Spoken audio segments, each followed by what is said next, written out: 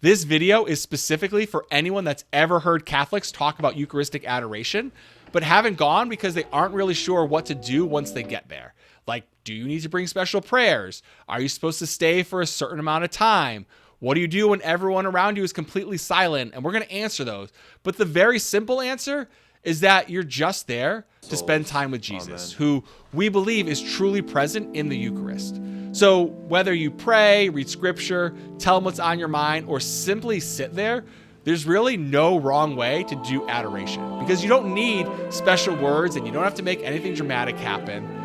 So let's just talk about exactly what adoration is and what happens when you get there. Because when you walk in, what you'll see is the consecrated host is usually placed inside a vessel called a monstrance.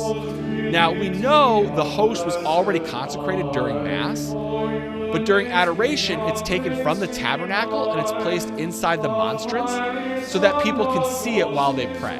The Church calls this exposition of the Blessed Sacrament, because Catholics believe that Jesus was already truly present while the Eucharist was inside the tabernacle, but the monstrance just simply gives everyone a visible place to direct their attention.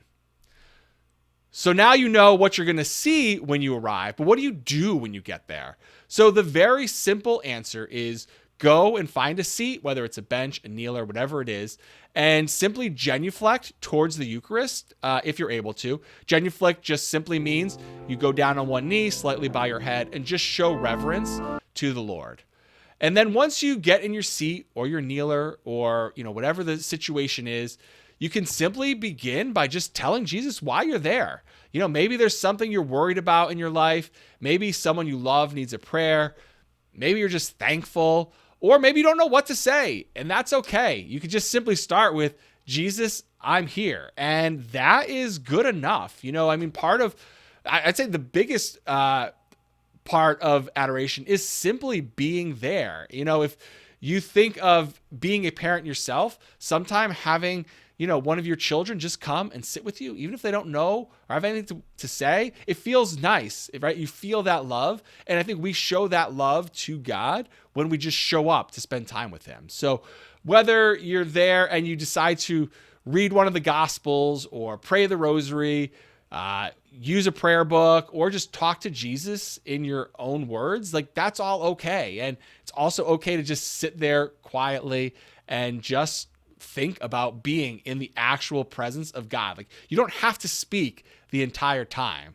So any type of prayer can include listening and simply just being there.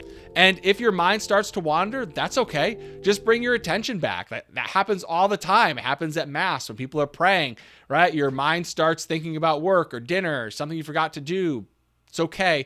Just bring yourself back and remind yourself that Jesus is truly present right before you. Another question people have is, how long are you supposed to stay? A holy hour can last 1 hour, thus the name holy hour, but you don't have to stay for the full hour every time you visit. You could show up for 10 minutes, 30 minutes. You could come for the time you have and just leave quietly when you need to. So all in all, if you've been nervous about going to adoration, you don't need to know a complicated routine. You don't have to know anything ahead of time. Walk in quietly, find a place to sit or kneel, bring whatever's happening in your life, pray, read scripture, sit in silence, stay for the time you have. Sometimes your whole prayer might just be, Jesus, I'm here.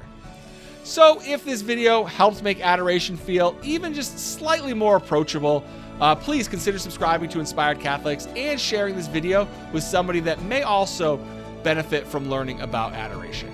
And if you want to know how the Eucharist gets from Mass into the tabernacle, make sure to watch this related video about what happens to the Eucharist after Mass ends. Thank you so much for watching, and may God bless you and your families.